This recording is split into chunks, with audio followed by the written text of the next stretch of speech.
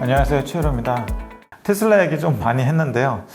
그만큼 테슬라가 미국 시장에 주는 상징적 의미가 크다고 볼 수 있고, 대표적 성장주로서 어떤 시그널을 다른 섹터의 성장주에도 준다고 보기 때문에 그렇습니다.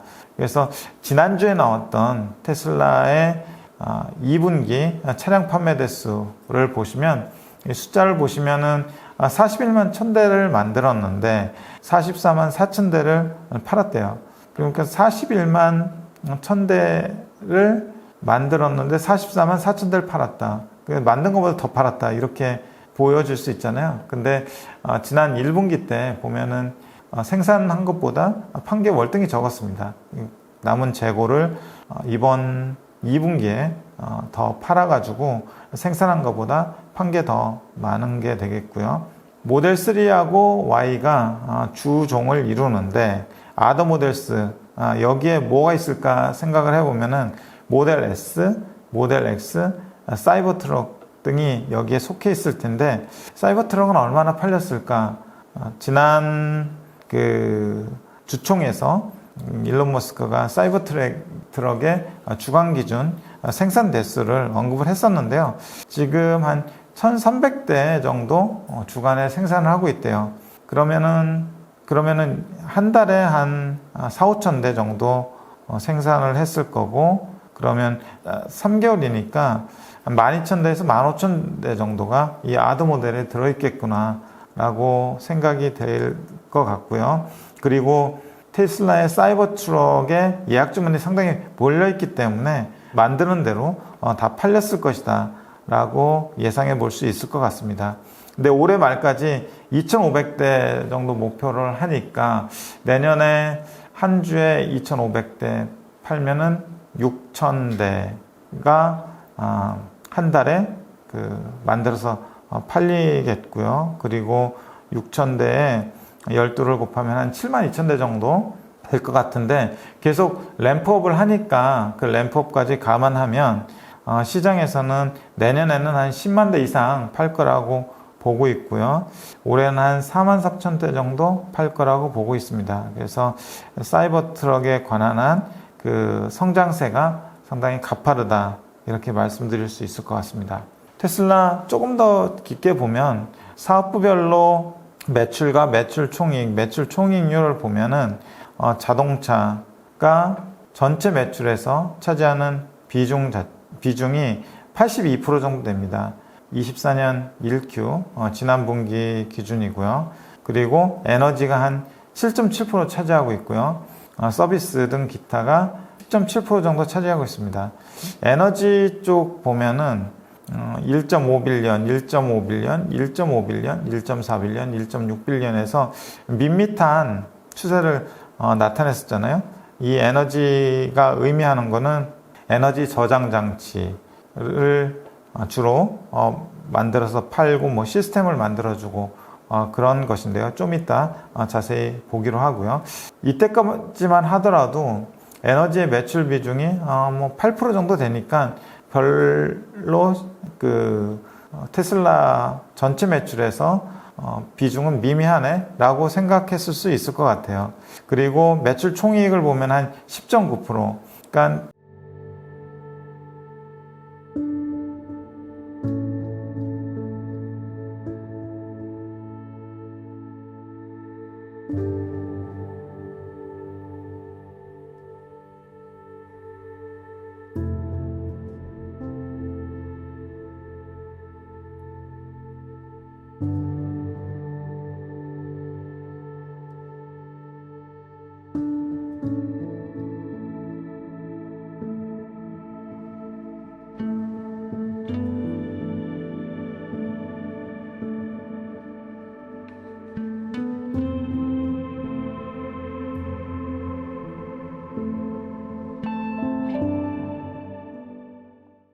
매출보다 매출 총이익이 비중이 좀 높은 편이고요. 그래서 매출 총이익률을 보니까 에너지가 한 24.6%로 자동차 그리고 서비스 등 기타보다도 조금 높습니다. 일론 머스크가 언제 얘기했던 것 같은데 에너지 사업부가 가장 수익성이 좋다라고 얘기한 거는 이런 걸 염두에 두고 얘기한 거 아닌가 싶습니다. 그래서 크게 세 부분으로 나눴을 때 자동차의 매출 비중이 월등히 높지만 매출 총이익률은 24.6%로 에너지 부분이 높았다. 그래서 이 에너지 부분이 그 성장이 가속화되면 될수록 매출 기여도나 이익 기여도는 클 수밖에 없다라는 점을 여기서 확인할 수 있겠습니다. 에너지 부분을 말씀드린 이유가 이번에 테슬라가 분기 판매 데이터를 발표하면서 뒤에 문장 하나를 더 적었습니다. 9.4기가와트의 에너지 저장 장치를 EQ에 설치했다라고 얘기를 하고 있고요. 이것은 분기 기준으로 가장 많은 설치량이다라고 얘기를 하고 있습니다. 그래서 에너지 저장 장치 설치량이 기존에는 어땠는지 앞에 표를 차트화해서 가져왔는데요. 이거는 금액 기준은 아니고 기가와트 H 기준입니다. 23년 1, 2, 3, 4분기, 24년 1분기까지만 하더라도 3기가와트, 4기가와트 또는 3기가와트 초반, 4기가와트 초반 이 정도의 수준의 설치량밖에 안 됐었는데 갑자기 24년 2분기에 9.4기가와트를 설치했다고 하니까 사람들이 깜짝 놀랐죠. 그러면서 주가도 상당히 큰 폭으로 단기간에 폭등을 했었는데 이 수준이 어느 정도냐면 그냥 밋밋하게 마이너스 플러스 플러스 증가율 QOQ로 기록하다가 2024년 2분기에는 131.9%로 QOQ로 에너지 저장 장치가 설치량 자체가 세 자릿수 증가율을 보였다는 게 상당히 놀랄만한 일이었습니다. 저도 이 부분을 좀 간과를 했었는데 이 부분이 앞으로 어떻게 얼마나 확장될지 그리고 얼마나 수익성이나 성장성에 기여할지 좀 유심히 봐야 되겠다는 생각을 했고요. 그러면은 이 에너지 사업에 조금 구체적인 내용으로 들어가 보면 어떻게 돼 있느냐면요. 솔라 패널이 있고요. 솔라 루프가 있고 파워월이 있고 메가팩이 있습니다.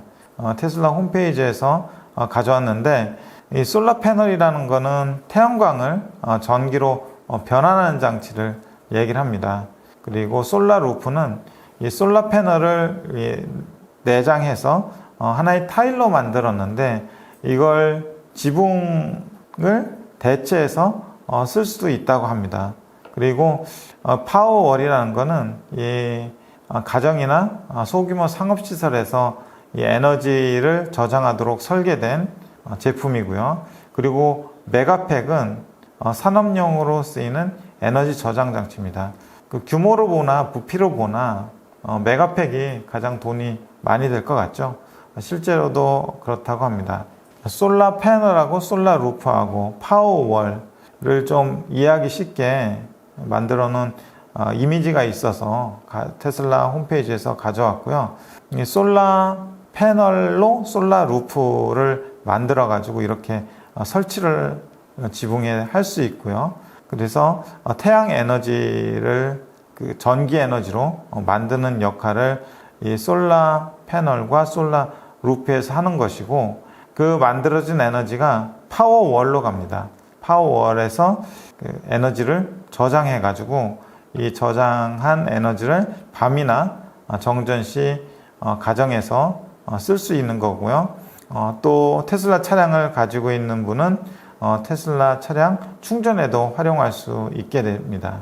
그래서 솔라 파워, 솔라 루프, 솔라 패널 그리고 파워월까지 하나의 세트 역할을 할 수 있는 제품이고요. 그래서 이 제품들이 가정에 팔리게 되면은 실제로 에너지를 태양 에너지를 전기 에너지로 변환했다가 그것을 저장해서 정전이나 야간에 활용하거나 테슬라 충전에 활용하는 그런 구조라고 보시면 되겠습니다. 그 다음에 우리가 하나 빼놨던 거, 정말로 돈 되는 거, 메가팩인데요. 메가팩 설치 사례를 하나 가져왔습니다.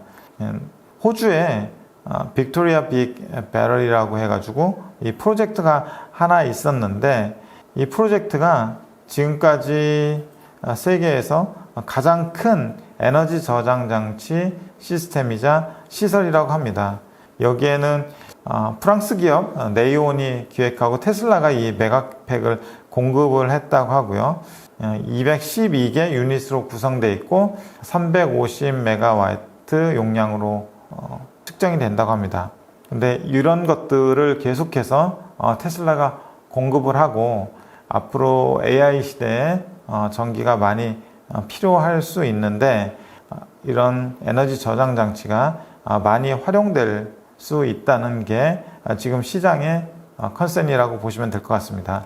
그럼 이게 얼마나 커지느냐 보면, 에너지 저장 장치의 순중가분을 매년 보면은 2016부터 시작했지만 한 2020년까지 보이지도 않았습니다. 2021년, 22년, 23년, 올해 24년에 이 에너지 저장 장치의 설치 용량 자체는 한 60에서 한 70 정도 눈금상으로 그렇게 되는데, 아까 테슬라가 한 분기에 9기가와트를 설치했다고 하니까 대충 어림잡아서 한 1년에 36기가와트 할 거고, 이 전체 용량이 한 60에서 70이라고 하면은 사실 테슬라의 이 에너지 저장 장치 시장에서의 점유율은 무시할 수 없을 정도로 커지고 있다는 것을 느낄 수 있고요.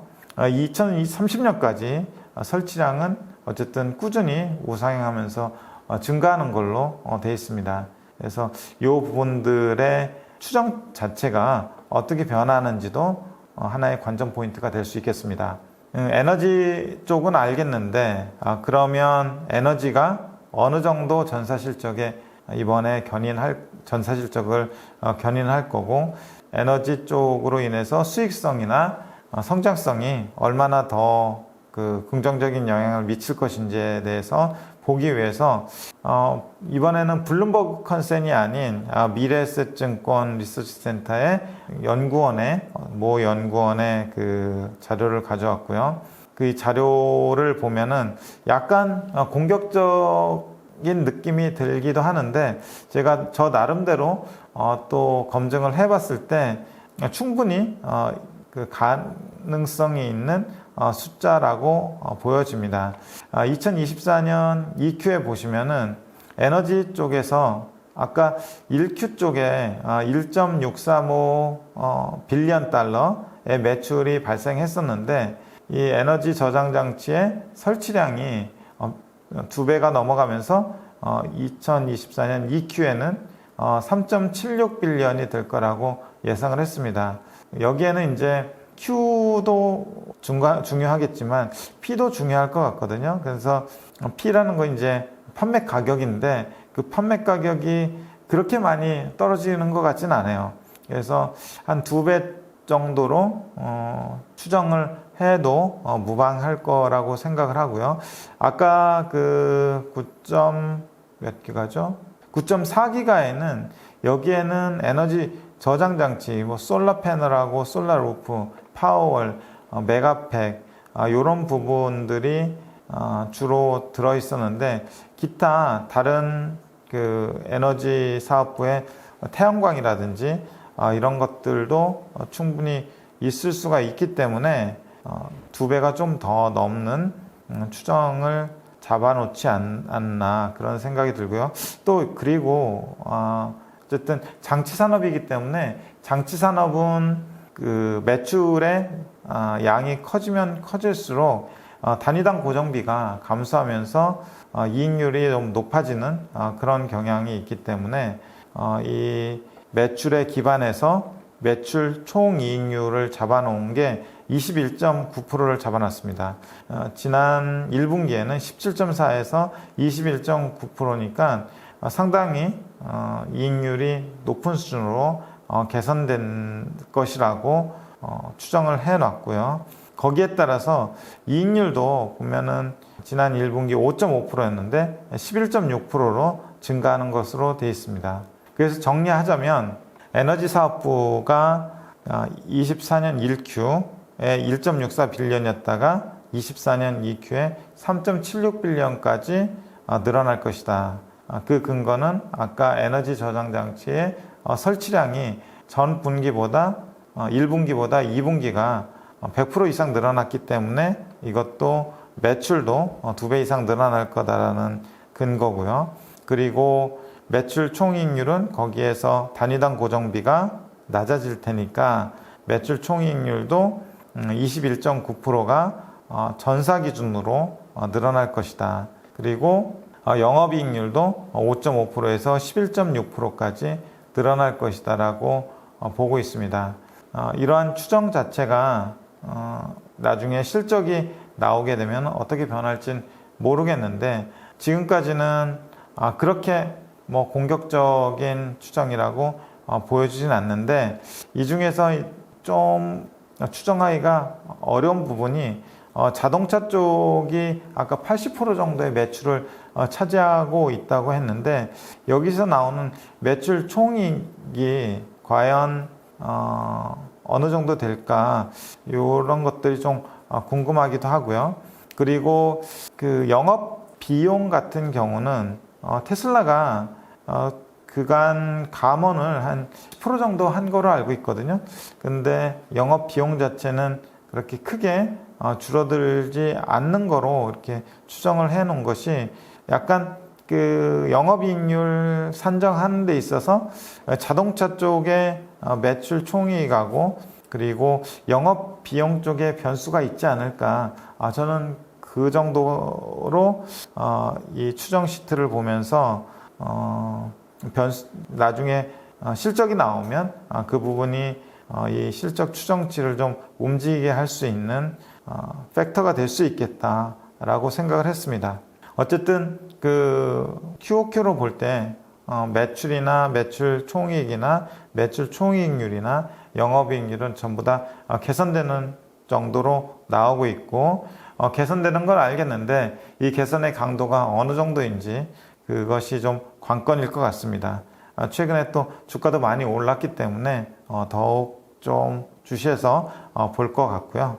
최근에 주가하고 포드 EPS, 포드 P, 테슬라만 보자면은 주가 급등했고요.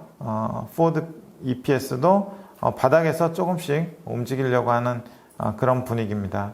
그리고 포드 P는 이 이익의 추정치보다 주가가 훨씬 많이 올랐기 때문에 당연히 86.7배까지 올라와 있는 상황이고요. 지금 테슬라가 기다리고 있는 거, 또 시장 참여자가 테슬라 관련해서 기다리고 있는 거는 7월 23일 날 2분기 실적 발표, 그리고 8월 8일 날 로보택시 공개, 이 부분이 되겠습니다. 7월 23일 날 또 그 테슬라의 실적을 보면서 과연 어떤 부분이 어떻게 변수로 작용을 해서 컨센보다 잘 나왔는지 또는 부합했는지 안 나왔는지 이런 부분들이 재미있는 관전 포인트가 될 것 같습니다. 여기서 완전히 마치도록 하겠습니다. 감사합니다.